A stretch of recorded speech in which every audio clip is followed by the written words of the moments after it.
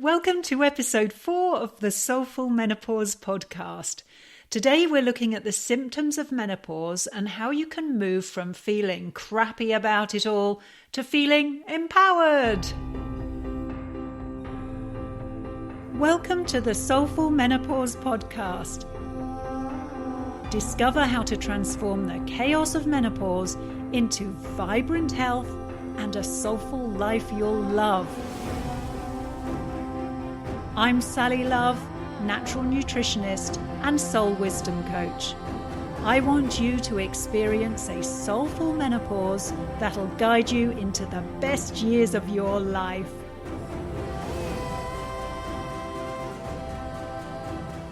Hello there, welcome. Today we are talking about the symptoms of menopause.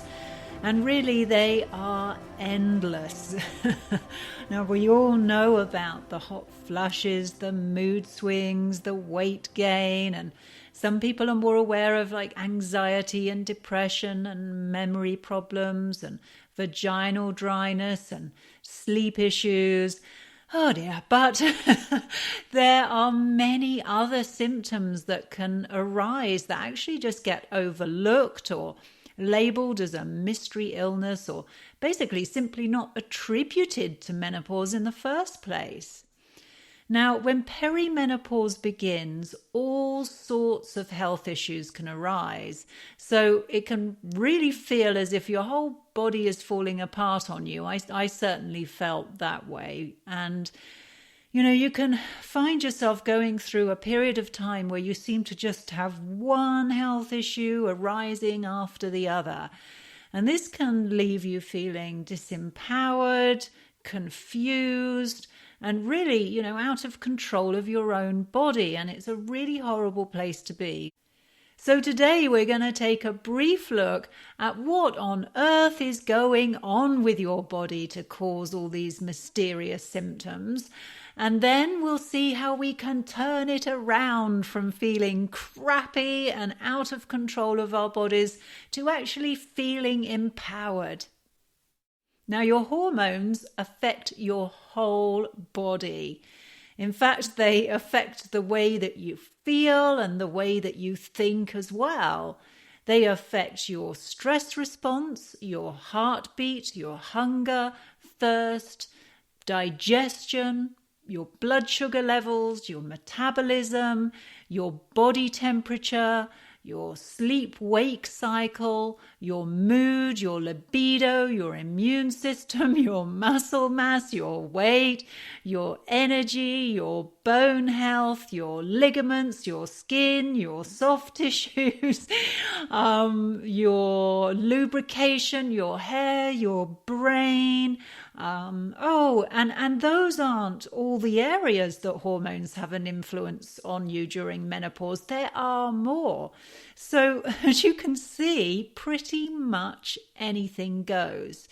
And this is why when we're in perimenopause, we can experience all sorts of health issues coming to the surface. Now, the fact that your hormones influence your immune system alone has a huge impact on various symptoms that can arise. And your hormones are also influenced by one another as well. Nothing is separate. So if one hormone gets out of balance, you'll likely find the other hormones going out of balance too. And this is what can cause the chaos of menopause. So in my first episode, I discussed with you one of my first signs of perimenopause, which was when I was standing in the shops with a cart full of groceries and I suddenly forgot my PIN number. And that was awful, a horrible situation for me. And it was at that point in time I knew that I was in perimenopause. Now, also other symptoms arose after that. I got a skin rash. I suffered from Achilles tendonitis. I had a short bout of depression, anxiety, hot flushes, which I still get occasionally, but I love them. And actually, I'm going to be talking about that in another episode soon. Aches and pains, I lost my self-confidence. I had low libido. I had restless legs. I had disruptive, restless sleep patterns. I had a mysterious pain in my abdomen at one point. In fact, I was told to go to the ER with a stomach pain because it was a suspected ulcer. I mean, it just went on over a period of a few years. And it was my experience of going through these symptoms of perimenopause and the lack of information out there. The terrible disempowering information was out there that really moved me towards specializing in this field. Now, even though I am a natural nutritionist, I was able to support my body through these changes. It still really wasn't enough. I needed to fully understand what was going on at menopause and holistically as well. So I learned how to support my body naturally. And then I used my skills as a soul wisdom coach to address my whole self. And I think that if I didn't have the knowledge that I had at the time, I would have probably just been put straight on hormone replacement therapy because my symptoms were so bad. And that would have basically suppressed my body, and it could have potentially caused more health issues for myself later on. Now, I'm not saying that hormone replacement therapy isn't a good thing for some people, but balancing your body naturally, addressing the core imbalances is far better in most circumstances, because what you're doing there is you're working with your body. You're supporting and nurturing your body through a period of change. And this approach can provide profound healing that actually, really levels up your health and well-being. So, it's not about suppressing, it's about leveling up, moving your body up to the next better level of health that you can be in. And that way, you're more likely to see really beautiful, lasting, positive changes in your body. And hormone replacement therapy can actually cover up deeper issues that are going on, which can then just sort of like fester under the surface and cause more health issues later on. But like I say, it really is an individual thing, and hormone replacement therapy can actually be life-saving for some women. Now, if you are taking hormone replacement therapy, that's perfectly okay. Do what you need to do. Find what's good for you, what works for you, what works for your unique body, your unique life. But if you do want to come off hormone replacement therapy, don't just do that yourself. Please make sure you go and consult a doctor. Now, I'm going to be doing an episode on hormone replacement therapy, the pros and cons of this, at a later date. So please do subscribe to this podcast so that you can be aware of when that comes out.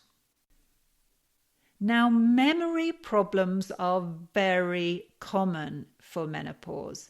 Now, it can be as simple as forgetting why you stepped into a room. You walk into a room and you go, oh, why am I here again? What was I doing? I'm sure we've all experienced that from time to time.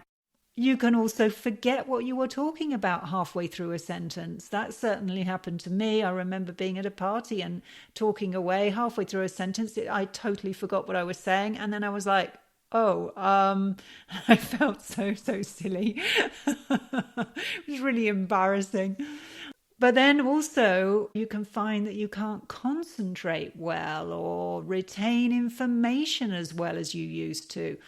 Or maybe you're just feeling a sense of brain fog, where your brain feels fuzzy and just not as sharp. But more serious cognitive issues can actually arise. And so any severe forms that you're experiencing, I will always recommend that you see your doctor. So here's a story of one woman that I'd like to share with you who did experience some serious mental decline. Now, this story is from an article by Jane Brody of the New York Times. and I shall just read this to you now. Dr. Devi's patient, a 55-year-old former headmistress, had good reason to be distraught. The woman had a year-long history of progressive memory loss and behavioral problems, and was referred to Devi, a neurologist, with possible diagnosis of frontotemporal dementia. As Devi recounted in the journal Obstetrics and Gynecology, the woman's once prodigious memory had seriously deteriorated and should become increasingly irritable.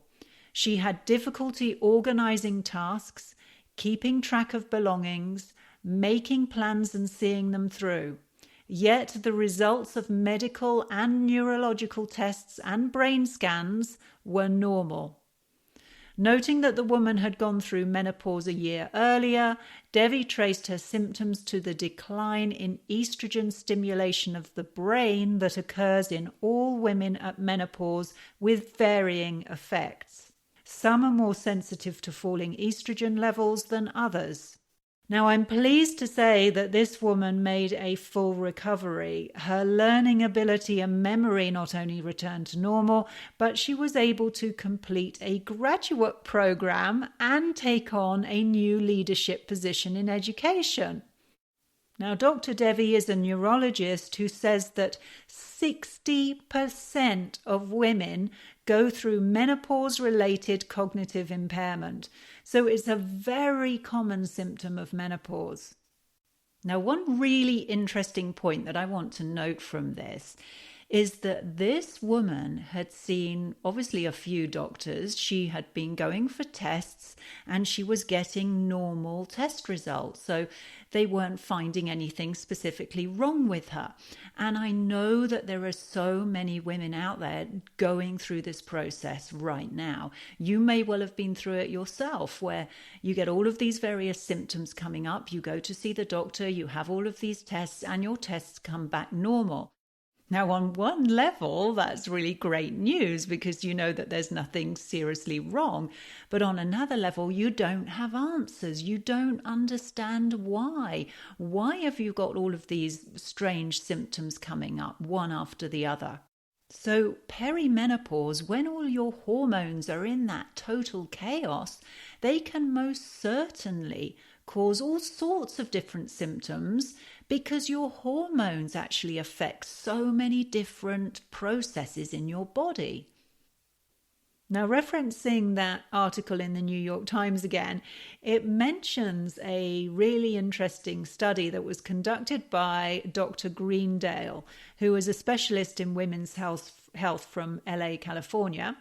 And I want to read you a section of that article now, which says, in a study that Greendale directed that followed 2,362 women for 4 years, declines in memory and learning ability that characterize their transition through menopause rebounded post-menopausally, suggesting that menopause transition-related cognitive difficulties may be time-limited. She and colleagues concluded the brain fog when women's brains seem not to be hitting on all 8 cylinders is temporary. Greendale said in an interview, during the menopause transition, a woman's brain may feel a little off, a little muddy, but when the transition passes, the clouds clear and a fog lifts. Sometimes all women need to know is that this too shall pass. Yes. So, the good news is that experiencing these cognitive issues is a temporary situation. And it appears that your brain adjusts over time to your low estrogen levels.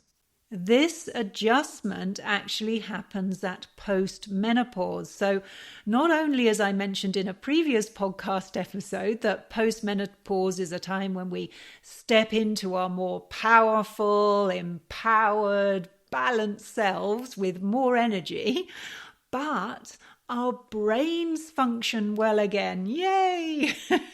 So we can find that we get mega focused and we're able to pursue new endeavors if we want. It truly is a wonderful rebirth into a new cycle of our lives when we reach postmenopause. So that's something for you to most definitely look forward to. Now, the symptoms we're experiencing is actually our body telling us that it's out of balance and that it wants some TLC. But it's very easy to feel sad and fed up and, feel a victim to our bodies, and that our bodies just sort of seem to be letting us down. It's really horrible feeling crappy every day. I know, I was there. I was feeling like that for a while. And you certainly may well feel angry towards your body for feeling broken or that you're falling apart, and you could feel frustrated that your health is restricting you from doing what you want to do. I certainly felt like that when I had my Achilles tendonitis. I was just starting to play tennis and I was loving it, and suddenly I couldn't play tennis anymore. I was just so frustrated with my body about that at the time. You may feel guilty because you just don't have the energy or the motivation to be proactive and actually get things done. You could feel scared that you're getting old. You could feel frustrated that your partner doesn't understand how you're feeling and thinks that you're just moaning about your health all of the time. So you end up feeling unheard and not supported. And so menopause could be affecting your relationship in many ways. Not to mention the vaginal changes that can take place. Or perhaps you're single and you fear starting a new relationship because you're not feeling young and sexy anymore, and you worry what it would be like to have sex again. And maybe you're looking in the mirror and you're seeing that your body is changing in ways that you don't like, and that just feels so depressing. So as you can see, a lot of these difficult thoughts and emotions can be directed towards our bodies. Every time you look in the mirror, you may criticize yourself and you may not actually even realize that you're doing this. And in fact, you're doing it, several times a day. And instead of nurturing our bodies, we end up resenting or hating them. And those negative thoughts and emotions just end up creating more stress for our bodies. And then this just makes the symptoms worse. So we end up just getting caught up in a vicious cycle. The symptoms you're experiencing is your body's way of communicating with you. It brings these symptoms up so that you can actually take notice of it. It gives you pointers towards imbalances in your body. Now, if your body stayed silent, you'd just carry on regardless, not knowing that your body is struggling away under the surface and moving into disease. It's a powerful communication system that alerts you to something that needs attention. That way you can put something right before it becomes a major issue for you. There's a saying that I love, and I remind myself of it so many times. What you resist persists. What you resist persists. The more you focus on something, the more it has energy. You're feeding it. You're feeding it all this energy for it to grow. And so all those negative thoughts and emotions that you're putting towards yourself, they're extremely powerful. You're actually feeding that negativity. So it's going to persist. It's going to grow. And a powerful image that you could have that could really help you with this is to imagine that you were saying all of those negative things you say to yourself every day. Imagine you were saying them to a beloved friend every day.